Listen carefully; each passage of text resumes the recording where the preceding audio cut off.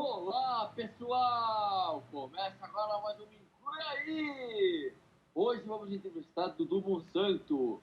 Ele é jornalista esportivo e narrador.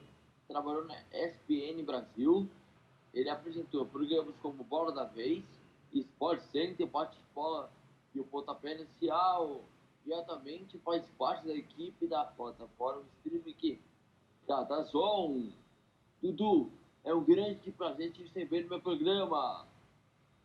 Fala, Neto! Pô, prazer é todo meu, cara. Fiquei felizão com o convite. Eu já conheci o Me Inclui Aí, acho a ideia um barato e, pô, tô aqui para bater essa bola contigo. Super feliz e super grato pelo convite, cara. Antes de começar com as perguntas, eu queria fazer uma pergunta para você. Como é Diga. trabalhar na DAZN? Rapaz, é uma novidade, né? Comecei trabalhando no rádio, depois fui para televisão aberta, depois televisão fechada, e agora um desafio novo, que é o streaming. É uma coisa que está chegando no Brasil com força agora, então tem aquele desafio da gente entender qual que é a linguagem adequada para o streaming. Mas está sendo muito legal. 2019 foi meu primeiro ano fazendo streaming no DAZN, e posso te dizer que foi o ano mais feliz da minha carreira, né? Eu rodei bastante, a gente teve a chance de fazer transmissões na Argentina, no Paraguai, no Uruguai, no Equador, que eu nunca tinha visitado. E então foi um grande barato. Eu estou muito feliz lá, estou curtindo bastante. E você já assistiu o streaming? Está curtindo o DAZN? Conta para mim. Eu nunca assisti, porque tem que ser pago, DAZN. Sim. E ano passado eu só baixei, porque era de graça, Aham. para ver a Copa Sul-Americana, porque tinha time brasileiro, tinha o Corinthians, tinha o Fluminense, mas quando o Corinthians foi eliminado, eu desliguei. Entendi. Não, uma volta depois. Quando der a volta que você vai curtir. A gente está fazendo agora o Campeonato Brasileiro da Série C e está muito legal, cara. A gente mostrando os times de Belém, o Remo e Paysandu, o Santa Cruz.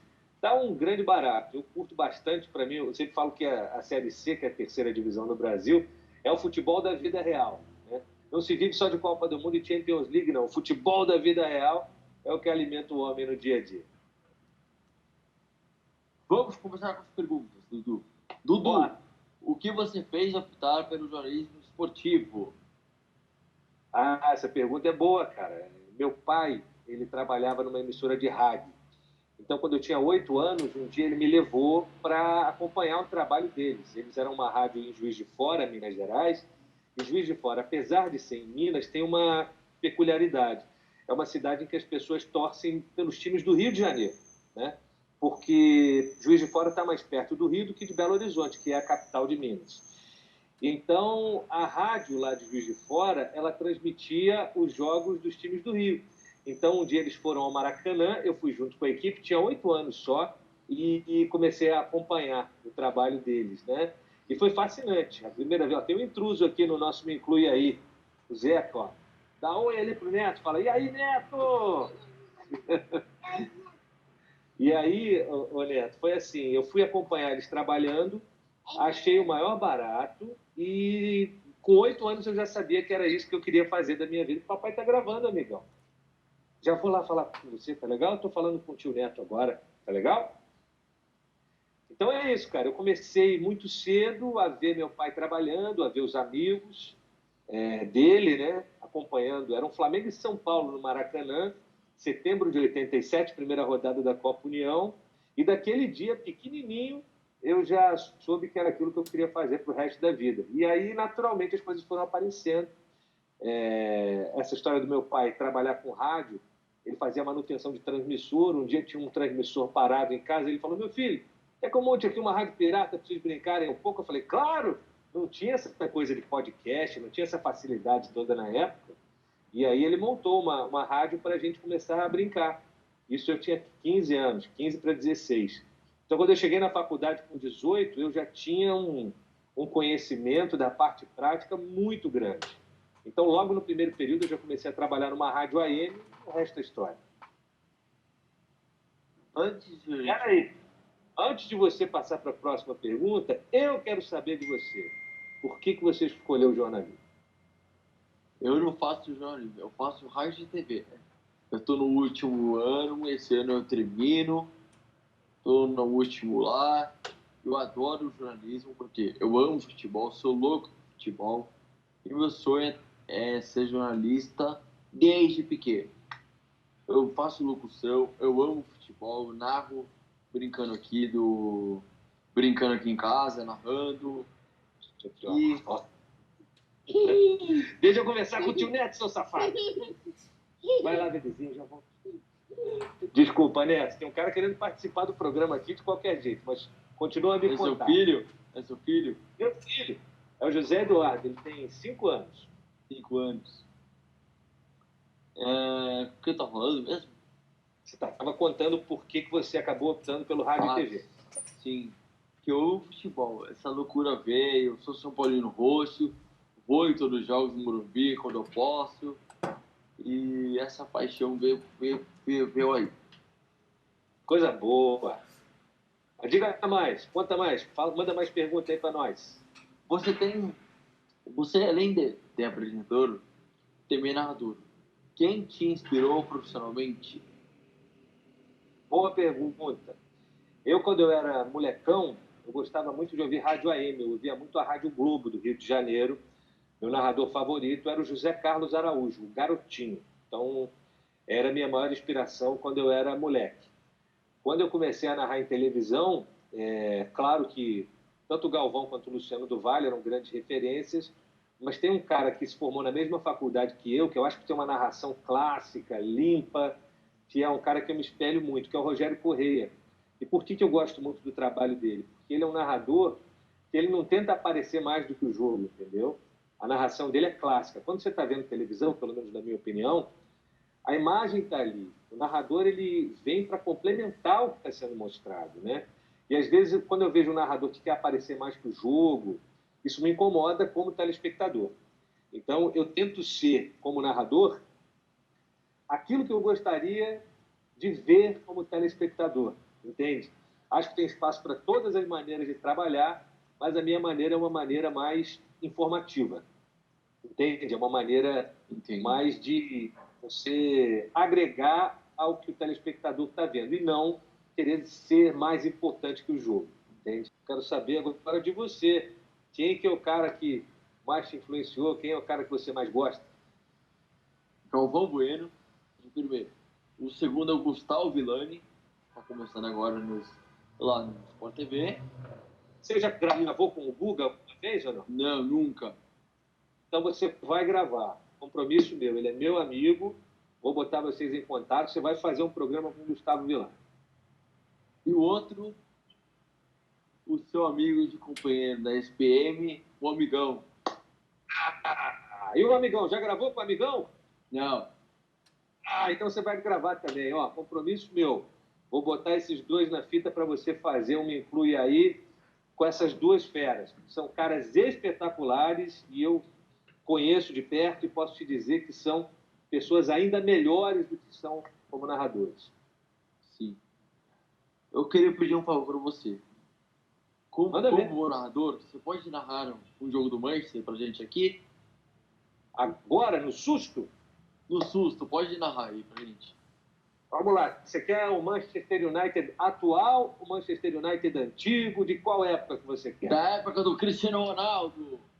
Boa, boa. Você está acompanhando o Me Inclui Aí, Champions League 2008, Manchester United 0, Chelsea 0. É a decisão por pênaltis em Moscou para decidir quem será o campeão da Champions em 2008. Vai para a cobrança, Cristiano Ronaldo, partiu para a bola, perdeu! Cristiano perde a cobrança, agora está com John Terry, é só marcar e o Chelsea vai ser o grande campeão. Partiu Terry, escorregou, caiu de bunda no chão e bateu para fora. Está nos pés do United. A bola está guardada. Agora a Anelka vai ser o último a cobrar pelo Chelsea. Se a Anelka perder, o United é campeão da Champions. Partiu a Anelka, bateu. Van der Sar faz a defesa. O Manchester United é tricampeão da UEFA Champions League. No susto foi o melhor que deu para fazer. Vamos para a próxima pergunta. Não! Agora você que vai narrar para mim. Um gol Vamos do lá, São então. Paulo. Vamos ver aqui o que eu posso fazer aqui. Vou narrar aqui o 100º gol de Rogério Ceni. Arena Barueri. Rogério bateu! Gol! Rogério! O 100º da Arena! Redentor, garoto! Que timbre bonito, cara! Você tem uma voz linda, você tem tudo para ser um grande narrador. Gostei, grito de gol bonito, potente, estourou a caixa de som aqui, ó. Tá aprovado, tá aprovadaço. Parabéns. Conte um pouco da sua experiência nas coberturas dos Jogos Olímpicos. Rapaz, eu sempre quis cobrir Copa do Mundo, né? E a Olimpíada acabou aparecendo antes. A minha primeira Copa foi em 2010, a primeira Olimpíada foi em 2008, lá em Pequim.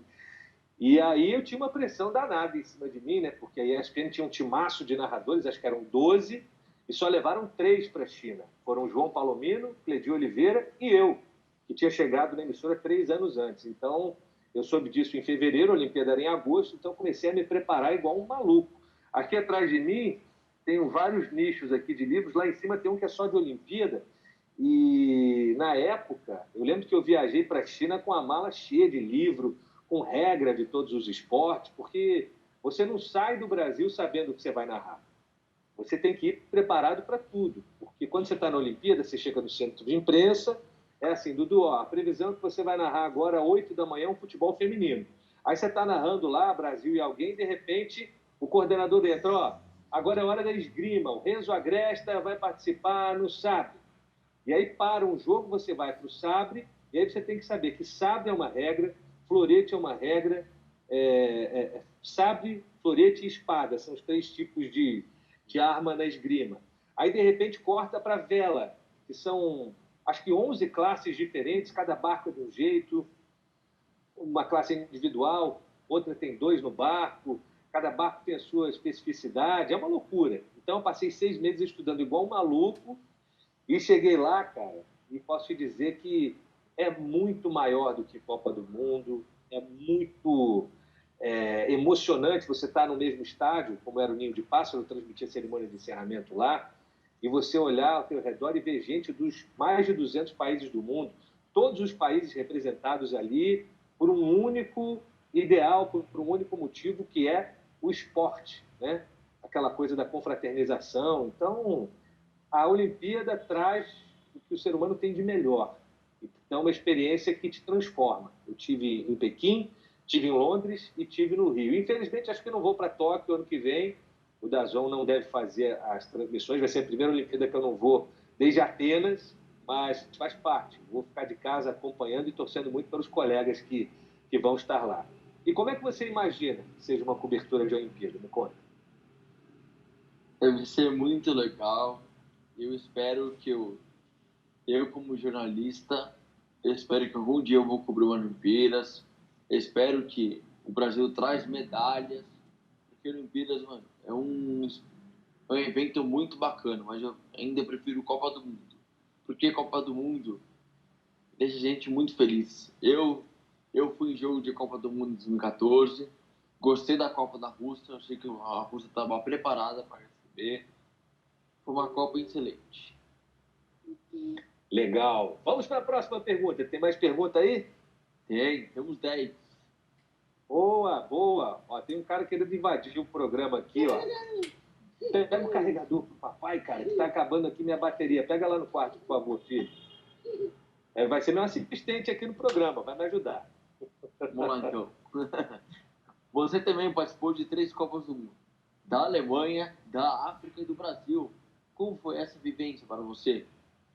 Ó, a da Alemanha eu não fui. Eu tinha acabado de entrar na ESPN, eu até narrei algumas partidas, mas fiz do Brasil, né? A Copa do Mundo da África, ela foi muito especial porque era a primeira Copa do continente africano, né? Era um país que, assim como o Brasil, tinha muita dificuldade para conseguir entregar as obras, gastou-se muito dinheiro, mas foi uma oportunidade da gente poder se aproximar da cultura africana, de ver de perto que o apartheid só acabou da boca para fora, que ainda há uma segregação muito forte, né? Brancos e negros lá não convivem, apesar do apartheid ter acabado. Tem uma mágoa muito grande, com toda razão, por parte da comunidade negra, né? É um país em que o racismo ainda é latente, sabe? Mas foi muito bonito. A parte musical deles é riquíssima. Eu voltei com vários CDs de música sul-africana. Foi uma chance de conhecer outras culturas, de conhecer toda a trajetória do Nelson Mandela. Eu tive em Robben Island, né? Robben Island, em Afrikaner, que é a língua que se fala lá, a língua dos brancos. Robben Island quer dizer a Ilha das Focas. E lá foi onde o Mandela ficou preso durante muito tempo. Então, na época, a gente ainda podia entrar na cela onde ele ficou. E é uma grande lição, né? Porque o Mandela começa como um cara que vai para o terrorismo para tentar enfrentar o apartheid. Depois ele entende que não é esse o caminho, que a base é a não agressão, a base é tentar a integração dos povos, como ele fez muito bem na Copa do Mundo de Rugby de 95, né? Quando os negros que preferiam o futebol abraçam os Springboks, que é a seleção sul-africana de rugby, que era um esporte assim, essencialmente branco, e tinha um negro no time, que era o Chester Williams. E eu tive, na Copa do Mundo de 2010, a chance de entrevistar o Chester, fui na casa dele, para saber um pouco mais dessa experiência, para saber o quanto era difícil essa luta para integrar negros e brancos na África do Sul. Então foi uma experiência riquíssima, maravilhosa. Eu tive na cidade do Cabo a maior parte da Copa do Mundo, que é uma cidade deslumbrante. É um lugar que eu até recomendo para quem não conhece, vale a pena visitar. É um turismo lindíssimo, barato. É um lugar que as pessoas pouco olham, né? Pensam muito em Europa, pensam muito em Estados Unidos, mas a África do Sul tem muita coisa bonita para ver. Então, é o que eu te falei, eu gostei mais de cobrir a Olimpíada do que a Copa do Mundo, mas a Copa do Mundo é mágica. Como você viu de perto quando foi ver os Jogos lá em 2014, agora saiba que quando você vai cobrir, é bem diferente. É totalmente diferente de ir como um espectador. Como é que você imagina que seja cobrir uma Copa? Nossa, deve ser muito difícil cobrir uma Copa, mas eu quero muito um dia cobrir, porque eu gostaria muito de entrevistar os jogadores, começando por isso, e narrar uma Copa deve ser um espetáculo. Você narrar vários craques, por exemplo, Cristiano Ronaldo, Neymar, o Messi, Suárez, esses craques deve ser maravilhoso narrar um jogo deles. E, meu amigo, nada pode te impedir. Você chega lá. Se você quiser ir ralar, você chega lá. Porque você tem potencial, você tem uma voz linda, você é um cara inteligente, conhece futebol. Só que quem pode te parar é você, cara. Nunca deixa ninguém te falar que não dá, não, porque dá. Se você quiser, dá. Olha, e a Copa aqui do Brasil foi excelente. Por quê? Tirando o Brasil que foi ruim, mas eu acho que uma seleção que me encantou muito. Foi a Alemanha. A Alemanha começou ali na Copa de 2014. Aquele time da Alemanha foi sensacional. Eles deram uma aula de futebol aqui. E uma outra seleção africana foi a Argélia. A Argélia quase tirou a Alemanha. É verdade. Fizeram um jogo de igual para igual com a Alemanha. E eles pegou, né, cara? O goleiro deles pegou muito esse dia, o goleiro da Argélia. Pegou muito. E outro jogo que marcou muito na Copa de 2010. Na Copa de 2010. Foi quando o Suárez meteu a mão na bola contra a Gana. Aquele jogo. Eu estava nesse jogo, deixa eu te contar a história. Assistente, vai lá pegar o carregador pro papai, que o papai já pediu. E esse jogo, Neto, tem uma história muito louca, porque você sabe, eu sou narrador, eu não sou comentarista. Sim, e o Trajano, que é o chefe, ele levou uma equipe para fazer a Copa na ESPN Brasil, pela TV, e uma outra equipe para fazer a Rádio Eldorado ESPN. Só que na hora de deslocar as equipes, ele viu que estava faltando um comentarista para Uruguai e Gana. O Everaldo Marques ia ser o narrador e faltou o comentarista. Ele chegou daquele jeito dele: ô Dudu, você comenta futebol, negão? Você tem a manha de comentar um jogo? Eu falei: Trajano, estou cansado de fazer linha de passe aqui como comentarista. Eu acho que eu dou conta, acho que eu posso fazer um bom trabalho, sim. Por quê? Não, porque eu trouxe um comentarista a menos aqui, na hora de mover as peças tem um buraco aqui no Uruguai e Gana. Falei: vamos embora, conta comigo. Aí o Everaldo narrou, eu comentei e calhou de um jogo. Ninguém esperava nada de Uruguai e Gana. Achavam que ia ser um jogo disputado, ponto. E foi o melhor jogo da Copa de 2010, cara. E a gente estava lá, vimos tudo isso de perto, foi uma loucura, né? Aquele mergulho do Suárez, depois o Asamoah Gyan perdendo o pênalti, e o louco Abreu, o maluco de tudo, dando aquela cavadinha para levar o Uruguai adiante. Foi inesquecível. É um dos grandes momentos da história das Copas, e eu estava lá numa função absolutamente nada a ver, que era de comentarista, que eu nunca tinha sido na vida, e acabei estreando numa Copa do Mundo. Olha que loucura.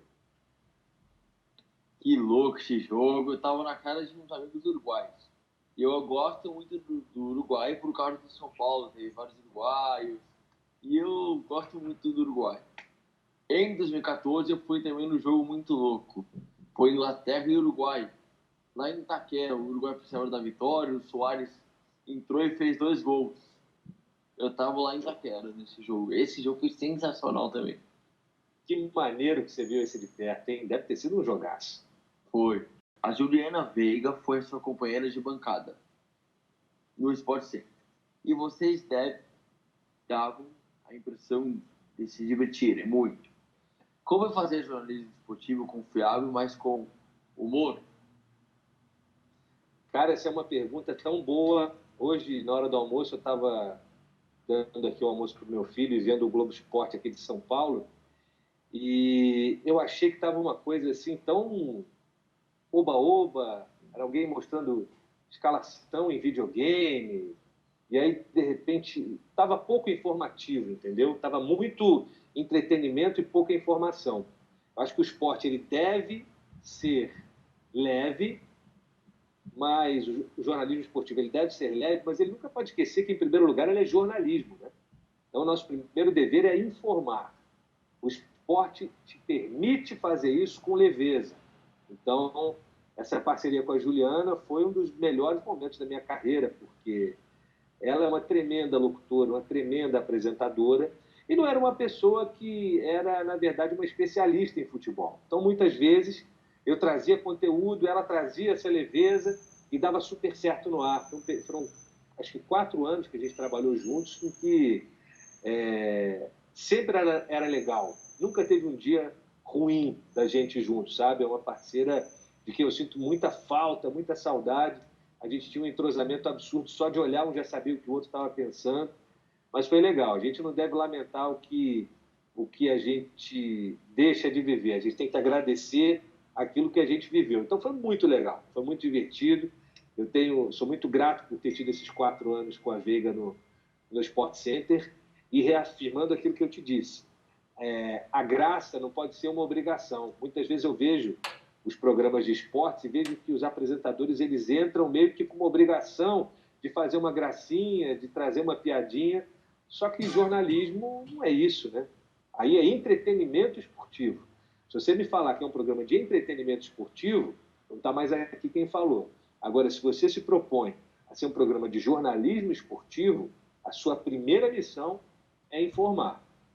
O humor, a leveza, podem vir junto quando surgiu a oportunidade delas fazer presente. Agora, do contrário, é jornalismo, é um tipo de jornalismo como outro qualquer. Eu não sou partidário das gracinhas, não. Eu gosto de jornalismo e gosto de credibilidade. E você, Neto, o que você acha? Eu acho que os programas de esporte tem alguns que são engraçados e alguns são muito fechados. Por exemplo, na Fox Sports. Tem o Fox Rádio, que é bem engraçado, tem uns caras muito engraçados. No bate-bola, tem uns caras muito engraçados. Eu prefiro muito esporte, tipo jornalismo mais de humor do que fechado. Entendi. É aquilo que a gente estava conversando. Eu vou andar aqui, minha bateria está acabando, eu vou só pegar um carregador aqui para a gente não parar o nosso papo no meio. Tá bom. É o que eu te falo, é questão de gosto, né?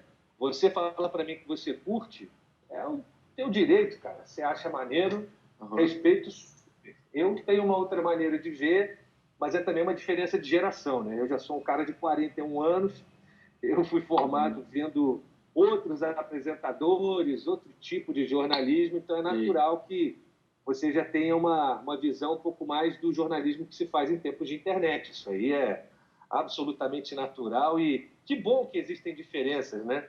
Ser diferente é a melhor. Eu sempre acompanhava vocês lá no Sport Center. Toda vez, toda noite, toda tarde, de manhã, quando tinha o Sport Center, eu sei a musiquinha até hoje. Essa, o Sport Center, que alguém falava sempre. Este é o Sport Center. Esse vozeirão é do Antônio Viviani, que é um locutoraço, um monstro. Hoje ele é a voz padrão da CNN Brasil. É um craque. Atualmente você está na DAZN, que é a primeira plataforma de streaming de esporte ao vivo do mundo. Conte para a gente o que você está fazendo. Conto, claro que eu conto. O DAZN está chegando ao Brasil com a proposta de ser a plataforma que mostre mais esportes ao vivo do que todas as outras que existem no país, né? Então a gente chegou mostrando muita coisa legal, campeonato inglês, campeonato francês, italiano, Copa Sul-Americana. E agora com a questão da Libertadores a gente não mostrou. Libertadores a gente ainda não mostrou. Então vários desses contratos agora estão sendo renegociados por conta da pandemia, né?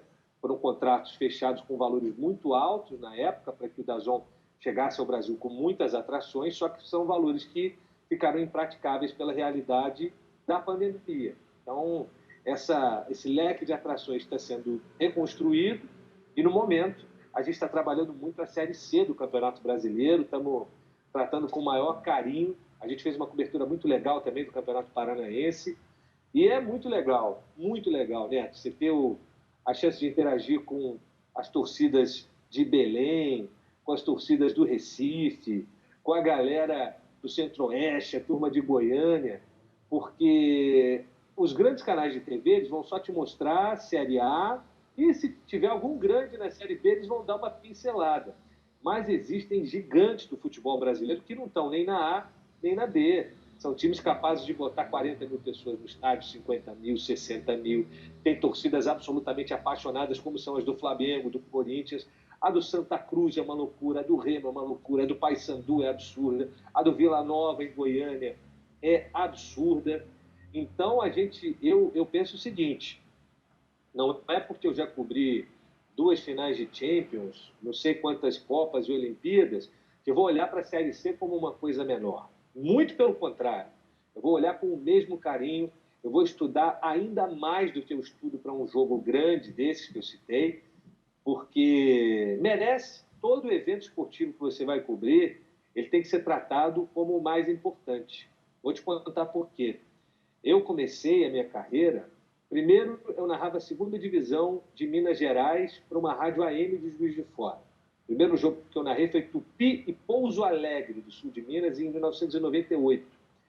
E naquele jogo, para mim, eu estava narrando como se fosse uma Copa do Mundo. Eu estava narrando como se fosse Milan e Bayern na Champions League. Eu encarei aquilo desde o primeiro momento, sempre como se fosse a coisa mais importante do mundo. E depois, mais tarde, eu comecei a narrar em TV, numa TV a cabo de Petrópolis, contando os jogos do meu time do coração, que é o Serrano. Então, o primeiro jogo que eu narrei foi Serrano e CFZ. O CFZ era um time que o Zico fundou, que foi profissional durante um tempo e depois parou de disputar competições profissionais. E aquele Serrano e CFZ, para mim, era a mesma coisa que um Brasil e Argentina na Copa do Mundo, entendeu? Então, a gente é que vai dizer o tamanho do evento que a gente está narrando. E se a gente só der importância para um jogo que for gigante, a gente não vai conseguir saborear esses detalhes que estão muito presentes em jogos que você, num primeiro momento, vai olhar, poxa, será que vai ser legal? Enquanto a gente está conversando aqui, estão se preparando para ter um Portuguesa e Juventus pela Série A2 do Campeonato Paulista. Cara, eu adoraria narrar esse jogo. Clássico dos imigrantes, Portuguesa tentando se reerguer no ano do centenário, Juventus com aquela torcida incrível. Rapaz, se você não conseguir enxergar a beleza desse futebol alternativo, eu não sei, eu acho que você está perdendo uma parte muito legal da sua vida. Entende? Se você só vê essa parte de cima, essa camada de cima, se você não tiver um olhar carinhoso para o que está embaixo, né, você perde muita coisa na sua vida. Isso vale para as pessoas também, né? A gente, às vezes, está só naquele círculo da gente.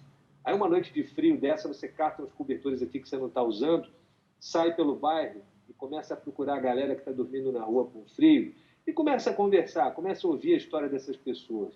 Tem gente maravilhosa na rua que está ali por opção, alguns por falta de oportunidade, a maioria, e cada vida importa, e assim, é uma metáfora que eu estou usando, que pode até ter sido um pouco imprópria, mas cada vida importa e cada jogo de futebol importa. Cada um tem a sua beleza da sua maneira, entende?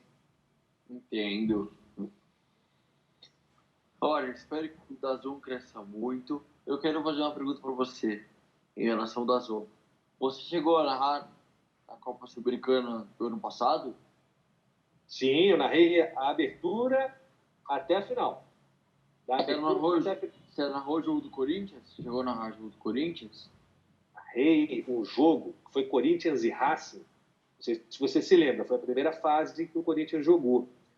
O jogo foi para os pênaltis na Argentina e foi curioso porque a Rede TV retransmitiu a minha narração no DAZN.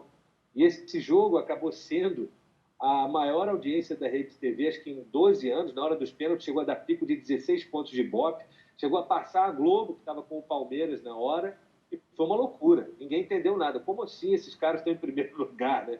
Esses caras não, o Corinthians. A força que o Corinthians tem em termos de Ibope é absurda. E ninguém entendeu nada. O DAZN, acho que não tinha um mês de atividade no Brasil, e através da Rede TV bateu ali o primeiro lugar da TV aberta. Foi algo super marcante. A Copa Sul-Americana que marcou muito, mas não terminou muito bem, foi da Chapecoense. Quero que você explique um pouco isso para vocês, jornalistas, quando o avião caiu. Olha, cara, eu vou até te mostrar uma lembrança que eu tenho. Eu não sabia que você ia tocar nesse assunto, não. Vou até soltar aqui. Coube a mim e ao Everaldo, né, aquela tarefa ingrata de ter que contar a história desse velório, né? Olha aqui, essa fitinha verde foi a fitinha que a gente usou para apresentar, né, para conduzir toda essa tragédia, né? Super eu guardei tragédia. É uma lembrança aqui, porque eu cheguei a trabalhar com algumas daquelas pessoas que faleceram, né, dos repórteres, dos jornalistas, o Paulo Júlio Cleman. Eu cheguei a trabalhar com ele no extinto jornal Marca Brasil. O Deva eu conhecia de estádio, de trombar com ele muitas vezes. O Mário Sérgio também já tinha conhecido, já tinha encontrado com ele. O Jumelo trabalhou na ESPN. Então, vários amigos lá da Globo, Globoesporte.com, fora os atletas, né? Um negócio muito duro, um negócio absurdo. A gente foi pego totalmente de surpresa. Eu lembro que a minha mulher me acordou de madrugada, eu já peguei as coisas e acho que na época, não sei se eu já fui direto para a TV ou se eu liguei para lá e falaram, não, vem para ancorar o Sport Center um pouco mais cedo. Eu não lembro exatamente como foi no dia. Eu fiquei tão baratinado. O que eu me lembro bem é que eu ancorei a chegada dos corpos. Eu e Everaldo, a gente ficou no ar um tempão. A Gabriela Moreira e o Mendel Lopes estavam lá, né, na Arena Condá, no momento em que os corpos estavam chegando. E é inacreditável. Até hoje parece que aquilo foi mentira. No fim do ano, eu fui um dos apresentadores da Bola de Prata e a mãe do Danilo, goleiro, que teve aquela ocasião até de abraçar o Guido Nunes, repórter do Sport TV, pela perda dos colegas, dos companheiros. Acho que era a dona Iraildes, que chamava a mãe do Danilo. Tive a oportunidade de dar um abraço nela e conversar muito com ela, né, sobre a força que ela tinha passado para todo mundo. E foi um negócio, assim, assustador. Eu tenho um amigo muito querido, que é o Giovanni Martinello, que é narrador, foi do Esporte Interativo, agora está com a gente no DAZN. Ele é de Chapecó e ele estava no Rio trabalhando no Esporte Interativo. Até depois dessa tragédia, ele tomou a iniciativa de voltar para casa e está lá em Chapecó, vive lá e sai só para fazer as transmissões, né? E eu tive lá recentemente. A gente foi fazer uma transmissão do Campeonato Paranaense e tinha escala em Chapecó. Eu desci, fui lá para conhecer a Arena Condá e vi do lado de fora um mural lindíssimo, pintado com os rostos de todas as vítimas, né? Então é algo que nunca vai ser esquecido, nem aqui, nem no mundo, né? O time chegou a ser convidado para disputar o troféu Joan Gamper lá com o Barcelona. É uma tragédia sem precedentes. Esses caras nunca vão ser esquecidos, nem os jornalistas, muito menos os atletas. E foi, foi algo, acho que foi a maior tragédia que eu corri em 23 anos de jornalismo. Para mim foi. Não vi nada pior. Teve o do Manchester, né? Teve o Manchester United, lembra? O Manchester lá, do... Essa aí que você está se referindo foi em 1957, se eu não estou enganado. O Matt Busby era o treinador e eles estavam indo para... Eu não sei se eles estavam voltando da Iugoslávia, acho que foi... eles estavam voltando de um jogo em Belgrado e fizeram uma escala em Munique. Foram reabastecer o voo, a pista estava com aquela neve derretida, o avião acabou explodindo, vários jogadores morreram, Bob Charlton chegou a ser desenganado, acabou sobrevivendo, e 11 anos mais tarde, o acidente foi em 58, 11 anos mais tarde, ou 10 ou 11 anos mais tarde, o United foi campeão da Europa, com alguns desses sobreviventes, Bob Charlton o mais destacado de todos, né? Foi uma tragédia absurda também. Eu tive no Old Trafford, lá em Manchester, e eles têm uma sala dedicada, né, às vítimas, aos sobreviventes, e do lado de fora, na fachada do Old Trafford, eles têm um relógio que marca sempre o mesmo horário do acidente. Esse relógio está parado no tempo, ele fica sempre marcando a mesma hora, e tem escrito nele assim, Munique, né, para que essas vítimas e essa tragédia também nunca sejam esquecidos. Você acha que o futebol europeu está na frente do futebol brasileiro atualmente? Sim, anos-luz à frente. Anos-luz à frente. Mas aí é o seguinte, né? A gente tem recursos lá que a gente não tem aqui, né? Eles têm a grana para trazer o jogador que eles quiserem. A parte de estudo, eu acho que eles estão mais avançados do que a gente. Embora no Brasil medicina esportiva seja um campo que está muito avançado, né? Vários profissionais da medicina esportiva daqui são super bem vistos lá fora, mas aqui a gente está defasado em um monte de coisa. Talvez o ponto que mais pegue aqui é que os treinadores que jogaram bola, muitos deles acham que não precisam mais estudar, que já sabem tudo, que já estão absolutamente por dentro e acabam não estudando as inovações táticas, né? Porque o futebol lá fora, ele não para no tempo. Se você pegar 15, 20 anos o que era o futebol para agora, é absolutamente diferente, né? O jeito de compactar as linhas, a maneira de agredir saída de bola, de marcar muito mais em cima, as diferentes abordagens, né? O Guardiola veio com aquela história do tic-tac, que depois acabou culminando naquele jeito de jogar da Espanha campeã do mundo de 2010. Então, em 20 anos já aconteceu muita coisa, né? O tic-tac, de certa forma, já está meio obsoleto. Agora está todo mundo de olho para entender o que o Bayern fez na Champions League. Então, é uma evolução que não para. E quem para de estudar, para no tempo. E acho que aqui no Brasil, a gente para no tempo, alguns por vontade própria e outros por essa falta de buscar o conhecimento, né? A gente hoje tem a Universidade do Futebol, que tem feito cursos espetaculares. Eu tive a chance de fazer um, que foi o de gestão técnica em futebol. Aprendi horrores. É uma instituição que eu acho que vale a pena. Quem ainda não conhece, vale a pena acessar lá a Universidade do Futebol para ver os cursos e entender de que maneira você pode se qualificar e melhorar naquilo que você faz. É um caminho, né? A CBF lançou curso de treinador, agora tem licença Pro, licença A, B, C. Isso também eu acho que é um caminho. mas é um começo, né? Você lançar os cursos é algo importante. Fala, assistente.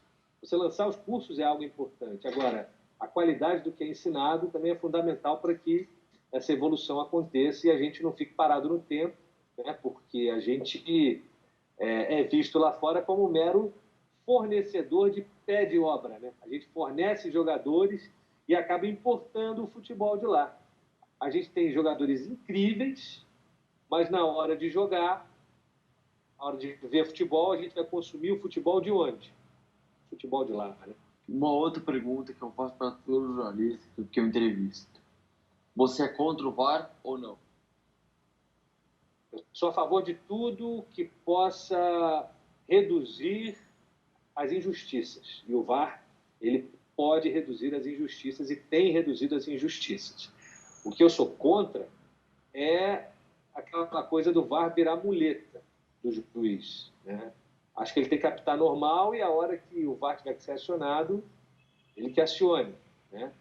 Mas ele tem juiz que apita usando o VAR como muleta, né? E tem lances que o VAR acaba mostrando um toque muito leve e na hora do jogo aquilo não interfere em nada, mas aí o pessoal começa a pescar pelo em ovo.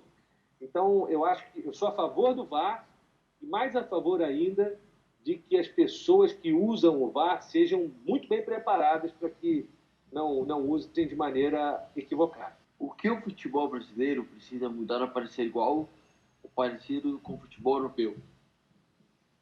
Eu acho que ele não tem que ser parecido com o futebol europeu, não. A gente tem, assim, no futebol da gente, muita qualidade. Pausa o programa um pouquinho? Não posso pausar, cara. Eu estou gravando aqui com o tio. Já vou lá te ajudar. Então, Neto, assim, o futebol brasileiro, eu acho que ele tem características próprias que fazem dele um futebol muito atraente. Eu acho que o que ele tem que trazer de fora é a organização, é o estudo, é um calendário melhor. É isso que precisa ser aprimorado, não a qualidade do jogo, né? A gente fala aqui que os treinadores precisam evoluir, precisam buscar coisas novas, mas se está tudo tão errado, por que a gente continua exportando tanto jogador, né? Qualidade de jogo a gente tem aqui, o que a gente precisa é se organizar melhor, eu acho. E você, o que você acha? Eu concordo com você, mas o futebol brasileiro está muito atrasado do futebol europeu. É bem melhor do que aqui, os treinadores são bem melhores do que aqui. Aqui, você pega 2 semanas, já tem um treinador demitido. 1 semana depois, tem um treinador demitido. Mas lá na Europa é bem diferente. É isso que eu devo te falar. Outra realidade, né? É outro. Aqui o fotobomber aqui invadindo, ó. Manda aí. Tá ouvindo o tio Neto? Ó, vai fazer uma pergunta para mim, eu vou responder, ó. Fala, tio Neto, pergunta aí que ele vai ouvir. Tio Neto! Qual a importância da sua família na sua carreira? Rapaz, a importância da minha família na minha carreira é total. A começar pela escolha, eu acho que a escolha veio totalmente do meu pai, né? Meu pai me apresentou o jornalismo esportivo muito cedo e eu acabei seguindo por essa senda aí. E hoje em casa eu sou casado com uma jornalista também, a Olivia Freitas, ela é repórter do Jornal da Band, e a gente tem uma relação muito bacana de um acompanhar o trabalho do outro, né? A gente meio que, entre aspas, critica o trabalho do outro. Hoje eu vi você apresentando o horário de 7h30 às 8 na Band News, achei que você estava assim, assado, essa cabeça foi bem, essa aqui não. Vi sua matéria no Jornal da Band, estava legal, não sei o quê. Essa narração hoje estava boa. Essa aqui eu achei que você narrou um gol estranho. Então é muito legal isso. Então a minha carreira passa totalmente pela minha família. E tem um outro lado também, que é o lado Tiete, né? Minha avó, Dalva, era minha fã número 0, ela faleceu tem 5 anos, um pouquinho antes do Zeca nascer, e ela via tudo. Nessa época do Sport Center que você citou aí, ela ligava, gostei do seu cabelo, sua gravata estava torta, hoje foi bem.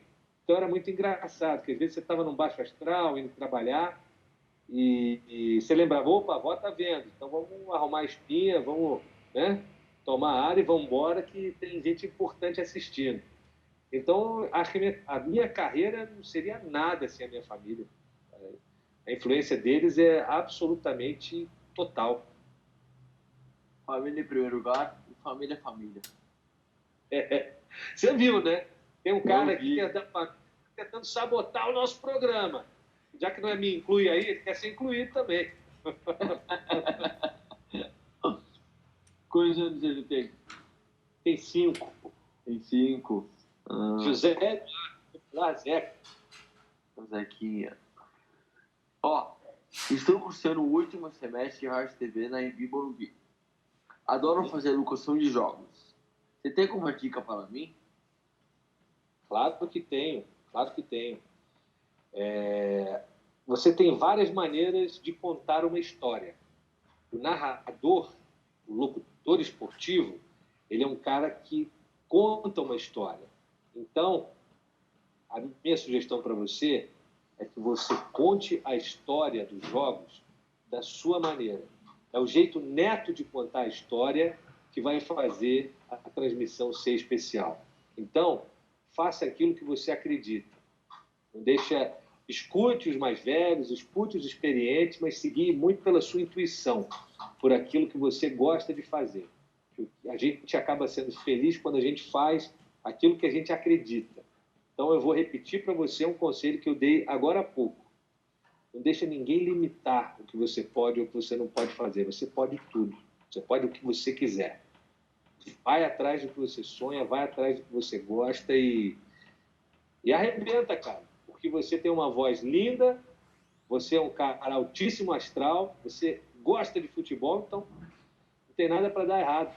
Eu vou estar aqui do outro lado, seja no rádio, na televisão, onde quer que você narre, torcendo por você, porque você é o cara. Obrigado, Dudu.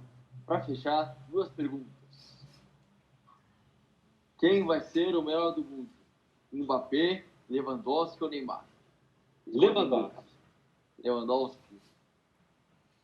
Os números são incontestáveis, né? O cara ganhou tudo, foi artilheiro de tudo, jogou muita bola, foi super eficiente, aí não tem como tirar dele. Todos os méritos pro polonês, merece. Dudu, foi um grande prazer te receber aqui no meu programa. Espero que você sempre volte. Rapaz, se o nome é me inclui aí, pô. Eu quero estar sempre. Adoro seu trabalho, já conhecia o Me Inclui Aí. Quando a Ju me falou, ó, o Neto, a galera tá querendo fazer um programa contigo lá da EMI Morumbi, eu participei, foi muito legal. Eu falei, pô, lógico que eu conheço, cara. Fala para ele entrar em contato aí, vou amarradão. E adorei, cara. Vamos ver se a gente faz isso mais vezes, que a gente troca uma ideia ao vivo quando passar essa pandemia aí, que vai ser um prazer. Adorei você, você é um craque. Eu quero que você siga minha página, @MeIncluiAí, lá no Instagram. Eu tô no Twitter, tô no Facebook, tô no Spotify e no YouTube. Eita ferro, hein? Quem segura esse homem? Pode deixar, eu vou compartilhar, inclusive, nas minhas redes sociais, vou falar para todo mundo ouvir, todo mundo acompanhar. Tá bom? Até o próximo podcast. Me inclui aí pro Neto Tabet. Valeu!